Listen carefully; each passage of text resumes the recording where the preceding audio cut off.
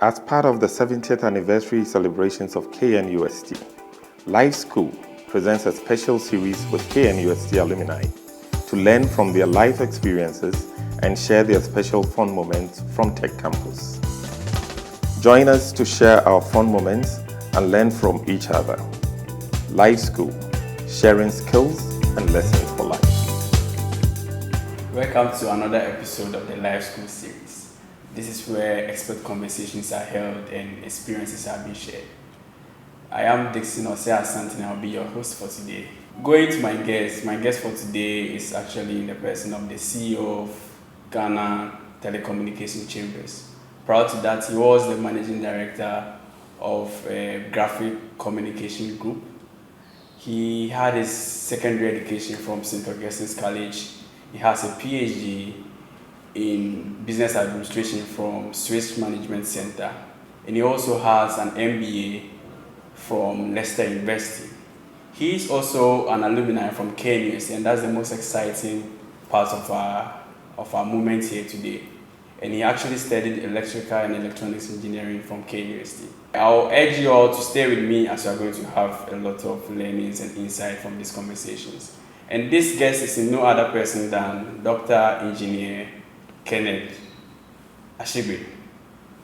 Welcome. Thank you very much. It's good to be here. My doctorate is doctorate in business administration, a DBA, which is slightly different from a PhD. It's a lot more of corporate than the academic PhD. Oh, okay. All right. Thank you very much for the pleasure. Yeah. I think I've said a lot about you, and I would like you to say more about yourself. I want you to tell us something that we don't know. Well, maybe I'm not too sure how many people know that when I went to first year in 1991, I officially I was assigned to University Hall, so Katanga. But then there was a time where room issues were, there was a challenge. And then one of my seniors from St. Augustine's College was then the commander of the Queen's Cadets.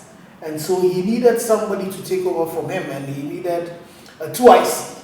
So he spoke to the hall mistress then. Okay. And so for me, who did not have a room in University Hall, I got the opportunity of coming to Queen's Hall, and then I got a room. Then I became the 2IC for Queen's Hall. And then I went on to then become hall president of Queen's Hall. So I'm not too sure how many people know that I am a Katangi, officially, but then became a royal. Quite interesting. So yes. For clarity, you actually assigned Katanga Hall. Yes. And your other ended up in Queen's Hall. In the hall that is in the middle of the school, I became a royal instead of just a fellow. It looks like you're a proud royal. Very, very proud royal. Yes. That's good. Okay, so just a matter of clarity and to educate our audience, I would like you to throw more light as you are the CEO of Ghana Chamber of Telecommunications. So what is the role that they play, and what's the difference between their role and the National Communications Authority? Right. Okay, so the first thing is that our regulator is the NCA. So the NCA regulates the industry.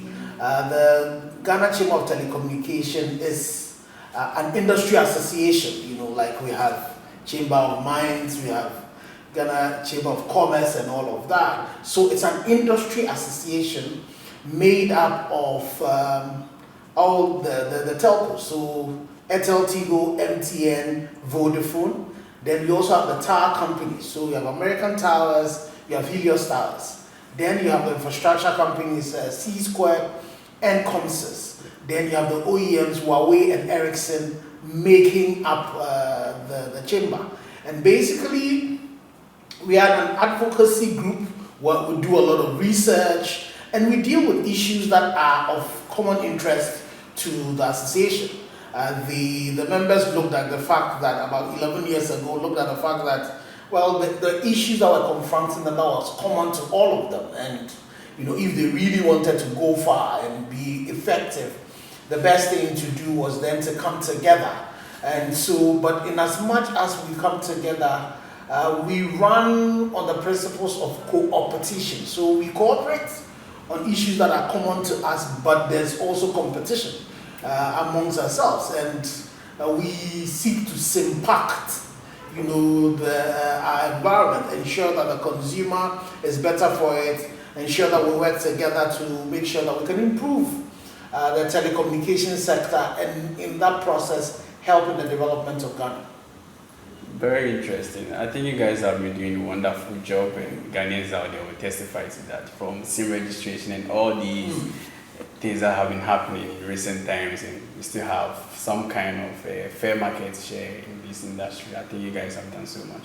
Thank you. Well, it's interesting you talk about SIM registration, and it's important that we urge all Ghanaians that once you have the Ghana card, you go to any of the telcos or walk to anywhere you see that there's written that SIM registration, then you can do it. We shouldn't wait till August or September that the minister has given before we do a SIM registration. I think our viewers out there will take notice of this and they will adhere. All right. So I think in your earlier submission you mentioned you were the 2IC for Queen's Hall at a point. So let me ask, what are some of the impacts that you made during your tenure in the KNUST? Well, I think that for me, if I had not gone to KNUST, I'm not too sure what would have happened to me. Because it was complete education. I did not go into KNUST just for the academics. I started off doing mechanical engineering, and then I had a love for electrical engineering. So in the second year, I changed and moved to electrical engineering. So apart from the academics, I also was very involved in student politics. So I started off, I attempted to be, in the cadet. So first year I was the 2IC, second year I was the 2IC, third year I was a commander of the Queen's Cadet, the final year I was a commander of the Queen's Cadet.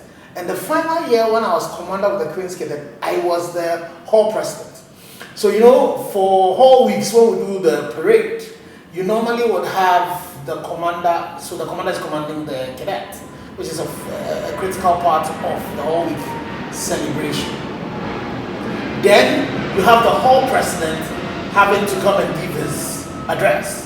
So, and I'm not too sure anybody's done that before I started and after I left. So I came off as the commander of the cadet to come and give the hall president's address.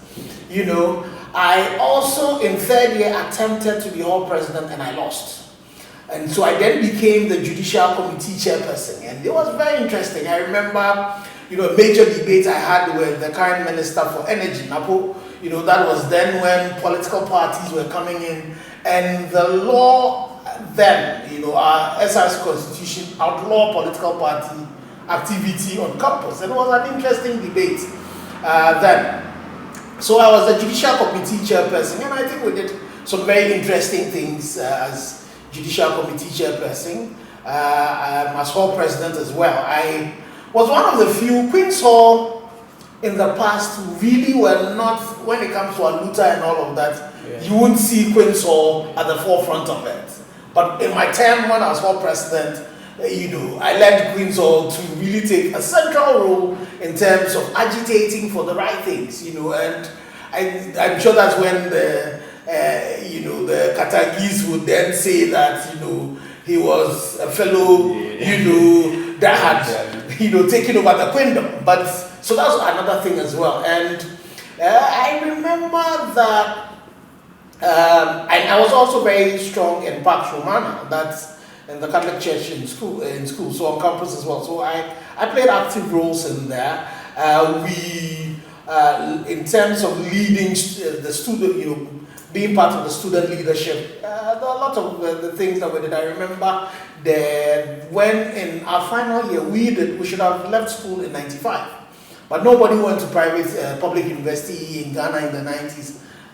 In 91 would have finished in 95 because of the Aluta. We had to,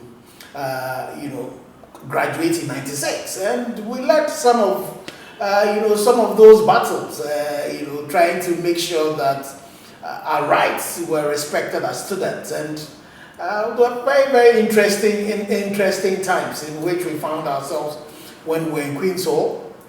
When I was hall president as well, we did Mr. University, and for me, I think it's one of the things that has helped me leaving school, being a student and running whole week, where you had to go look for. The price was a ticket to London, you know, and you were not paid to do it, but we delivered a very then the whole week planning committee chairperson was my classmate William Sam, who did a great job in putting together the whole week celebration, and it really went very well. I had to come to Accra to come and negotiate with the airlines to be able to get a ticket, and all of those things I believe have shaped what I have done since I left school.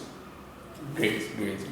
I think you've done so well during your time in school, and you have a lot to share if time permits us. Yeah. Let me just go into my next question. And my next question is, so what are some of the lessons that you've learned beyond school, and what school actually taught you? Well, so for me, the most important thing, lessons I learned was the issue of leadership. Back in school, it was the fact that leadership is cause, everything else is effect, and that we all have roles to play in terms of how we want to shape the world. And so it's not just enough to be looking up to somebody else to be able to do it. Everywhere you find yourself, what you want to do is what impact can you make? How better can you leave the world? And teamwork was another thing as well. On campus, because a lot of us have traveled from other places and come to campus, we did a lot of things together. So learning to work in teams was one of the skill sets that were picked up.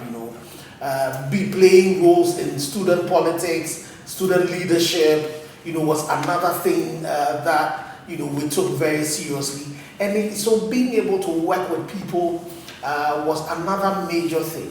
And I think that my also belief in Ghana and wanting to be able to make an impact was another major lesson that I got from KNUST. That it was not just a matter of the fact that you had come into the school, but what were you going to do? What impact were you going to leave? What legacies were you going to leave, once you left school? And then also being involved in student politics, another major thing that I have carried on to my work is the issues of integrity. The fact that it was very important that, your word is actually your bond. And, it's not for nothing that I ran graphic, left graphic, I'm pretty sure, there are a lot of people who've left state-owned enterprises and you've had issues come. Nothing like that came, because constantly the watchword was the fact that, the name Ashigbey, for example, had been given to you. You needed to make sure when you left, it was clean as it was given to you. You had gone to St. Augustine's College, you had classmates, and you needed to ensure that you didn't do anything that brought negative, repercussions to them. You had classmates in tech, and for example, you're not going to do anything to bring disgrace to them. You were a royal. You needed to ensure that you lived that kind of life. So all of those things are lessons that I had learned in life that I have brought back into my role in work. And so my focus every time anywhere I go is that how is posterity really going to judge me? So in my dealings, I make sure that when posterity has all the time to actually look into what you have done, what would they say you have done? And so those were some of the critical lessons that I learned back from school, and that keeps on guiding me. And then also is the fact that this world is not just you need to be multi-talented, you need to be multi-skilled, you should be able to do other things. So in tech, it was not just about the academics, that was important, but there are other things as well that you could do. So you come into work and then you're able to juggle with various things, and all of that was a result of what we had learned back in school. So I think you mentioned two keywords, that's legacy and integrity. So on that note, what advice will you give the younger ones coming up?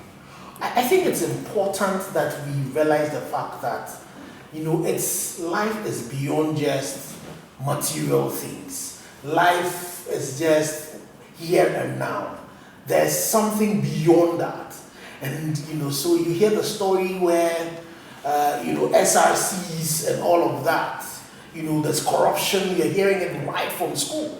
We need to realize the fact that, and the world that you people find yourself in now, which is a very digital world, and the internet does not forget, all of those things, when you do them, you carry them along with you, and it will impact you. And so you need to be looking at the long run rather than just today and now. So it is important that we take integrity very seriously. No matter where you find yourself, you need to make sure that your word is your bond. And so right from school, we need to pay particular attention to that. It starts, how do you get into school? The issues of exams, malpractices, when opportunities are given to you, what it is that you do with them. It is very important that we pay particular attention to that.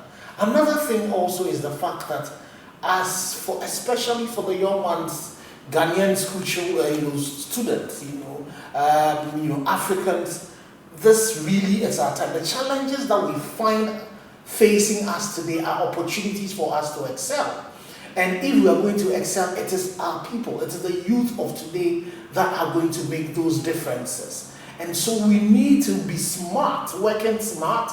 We need to be a lot more forward-looking. We need to find ways in which we can make a difference. And we can take advantage of this fourth industrial revolution to leapfrog, the developmental gap that confronts us. Because for you now, as you leave tech, you leave KNUST today, you are competing with the child the student who left school in the US, in China, and all of that.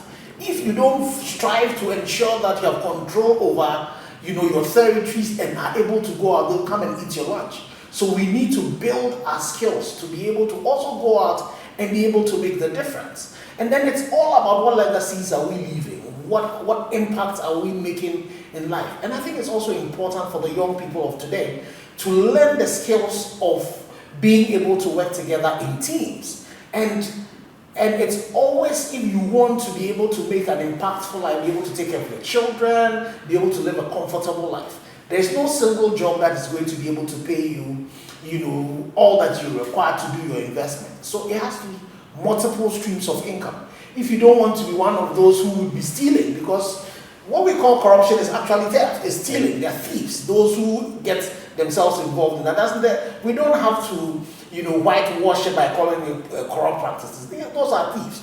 If you don't want to be a thief, then what you need to do is that there's no employer who is going to be able to, who takes all your time. You have 24 hours. You sleep 6 to 8 hours. You work 8 hours. The rest of it, what can you do with it? What are the hobbies that you have? How are you able to take them to be able to resolve challenges for people so that people will pay for it? It's important that you have multiple streams of income coming in. So ensure that the job you do, the other things that you're doing as well. And then also, we need to be able to start small, but be able to scale as quickly as possible. And some of us leave school, our parents would have been selling charcoal, to take care of us. We leave school and we don't want to go into those jobs.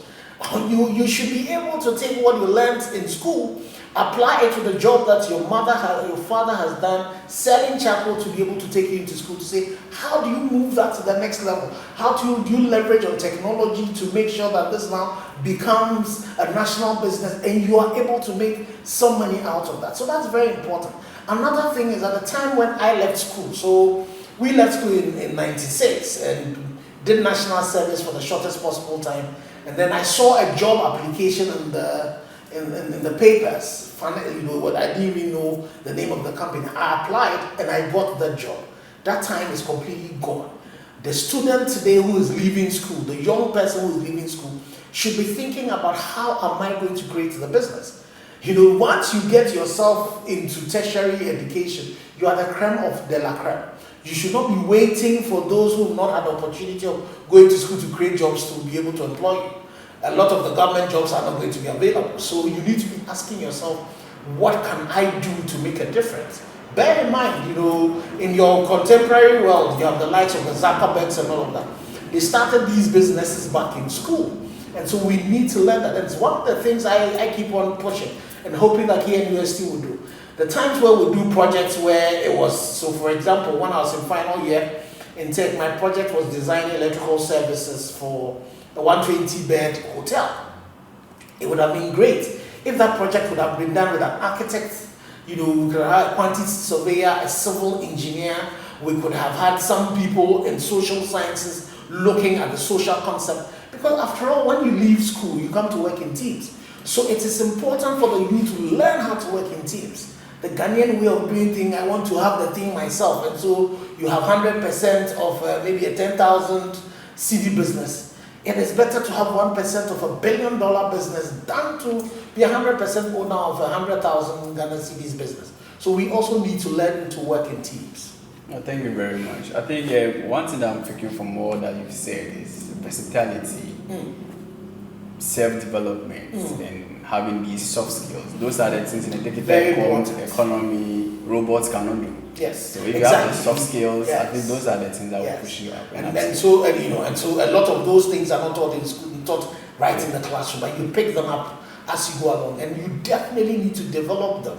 You need to be a lot more, innovative. That's another thing that currently we all need to be looking at. What innovations can we come up with? And with all these challenges that surround us, you start from your very little corner, but then with that versatility, be able to also scale up, and fail fast, and fail forward, and be able to make it, and we can make it. Yeah. Great. Okay, so knowing more about you, I would like to ask, are you married? About your kids? Okay. So I am married to a pretty woman. She's called Priscilla Ashigbey.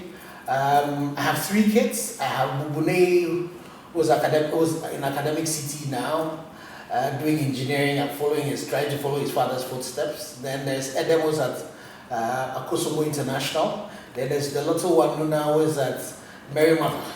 I was born in between 2 girls. So as I said, my father died quite early. My mother, she's my God on earth. What could I have done without? I call her Rex. That's how my father used to call her. Regina Gapanovo, and then I have 2 sisters, 2 sweet sisters, Joyce Ashigbey, and then Nerissa Ashigbey. I am right in the middle of the 2 girls, and so I really support women activities. And women tend to be stronger, than men. My father left very early, but my mother and my sisters, have really been able to support me, and the support of my wife and my kids. And family is everything, and we need to pay attention to it. I know I don't do too much of it in terms of work-life balance, but it's something that we all need to do. Pay attention to our families, ensure that we have quality time with the children, with the wife. That's very, very important. That's what really grounds you. We do all of these things at work and all of that, but when all of that is done and gone, you're definitely going to return to your family, and so family is very important. Thank you very much. So now let's zoom into the 7th anniversary. 70th anniversary. 70th anniversary, sorry. All right. So, what are some of your memorable moments from KNUST? You see, so KNUST, I think it was the entire time, being in school, intensive when we're coming to learn. Tech, you find out that when it's getting close to exams, the exams period, the learning, was crazy. But then the fun was there, there was a lot of fun. And so, from the whole weeks to the sporting events, going to Mecca, then we used to call, when we went to lectures, we used to call it Mecca. And the interesting thing, I went to Tech recently, and if you look at the development that has come into the school, really crazy. So, memorable times, even our looters, was very memorable. My mother will tell you when I get involved in it, hey, why are you? And I tell her whose son, the looters were interesting, yeah? Some of them I won't tell you, but, there were some interesting things, in terms of the looter. And I used to play volley as well. And, the competition back then, Queen Vatak we had the triangular games that we used to do at Volta Hall, Kwafo Hall, and then School of Mines. We used to travel around to be able to do that. Those were also some very, very interesting times. And even the lecturers, we had the opportunity of, having lecturers who were themselves in industry, and so they really would challenge you. And my year group as well, very, very interesting. This was a year group where you had first class students who, so somebody like Jonathan Lamte, first class student, but right in school, he was very entrepreneurial. No wonder he now runs, ComSys. He had Aya Utego, who was also, first class student, but they all were learning, but we also we knew what's up. You had lecturers who would, who were showing you what the world was, and not just, a few of them would give you very old notes and all of that. But it was very interesting, and so class was interesting. The hall was interesting. Being hall president, was very, very interesting as well. Very memorable times being a hall president as a young man. And sometimes I look back at myself and say, so you find adults who come to you with their issues, some of them even marital issues, and this was a young boy hall president having to deal with some of those issues. Very interesting. And you see, as hall president as well, I had a single room to myself. That was also very interesting. And my roommates, when I was, from Wizo, who I was in, from first year to my, mate from St. Augustine's College. We call him Zibot. Was very interesting time then. And Queensville was the place you wanted to be. And nightlife on campus was also not bad. We used to have our jams on campus. We used to also go to, town, Podium and all of those places as well. The late night fufu in Kumasi, So life in Kumasi was very interesting back in KNUST. I definitely thank, my parents for making me go to KNUST. And it was a ball. You can't compare that with any of the other, what they call their schools, they're not universities. You needed to be in tech to really experience that.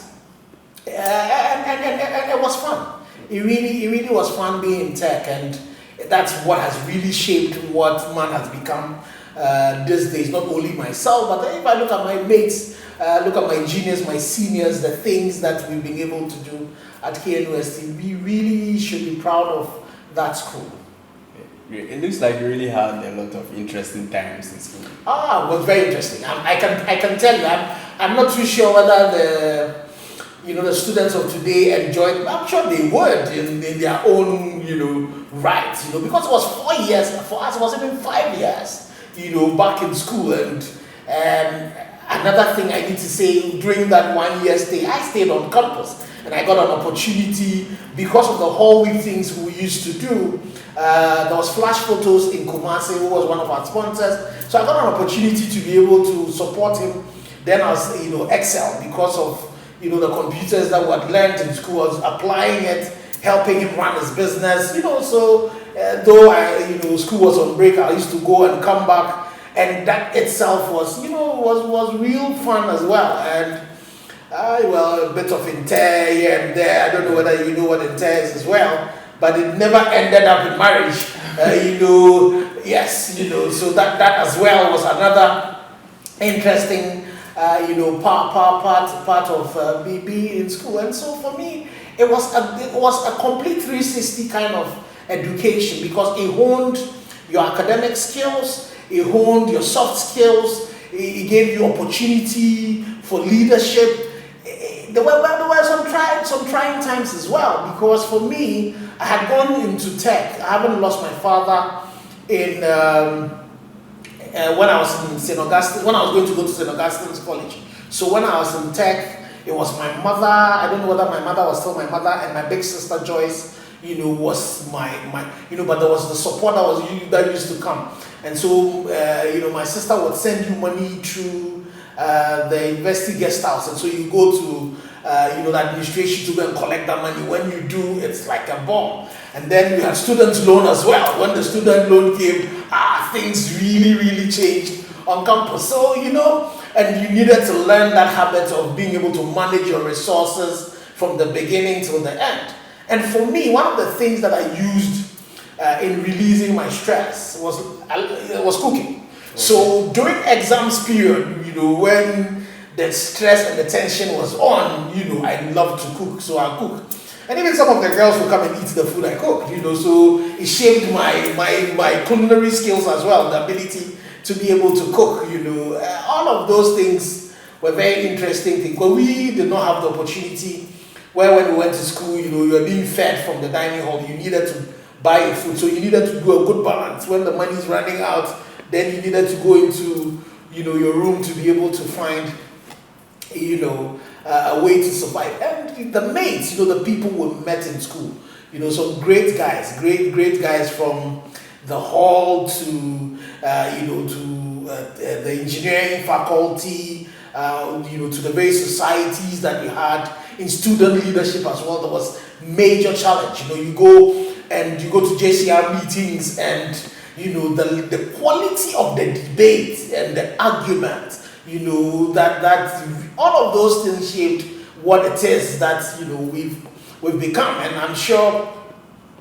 I remember talking to the CEO for MTN, and he said, you have not changed, It was the same rigor that I brought out of tech that I brought into the work I do. And another thing that I think tech also taught us was also the love of people, being able to work among ourselves. So you find out that as a person and as a leader, my leadership trait is the general who goes to war right in the middle of his troops. I would be right at the forefront with my people, go in there, be able to achieve what it is that we want to do, and then be able to bring everybody, accounting for everybody. And I think that was basically because of the tech training where we used, everybody counted, and you needed to bring everybody along to be able to do the things you did, especially in the engineering faculty.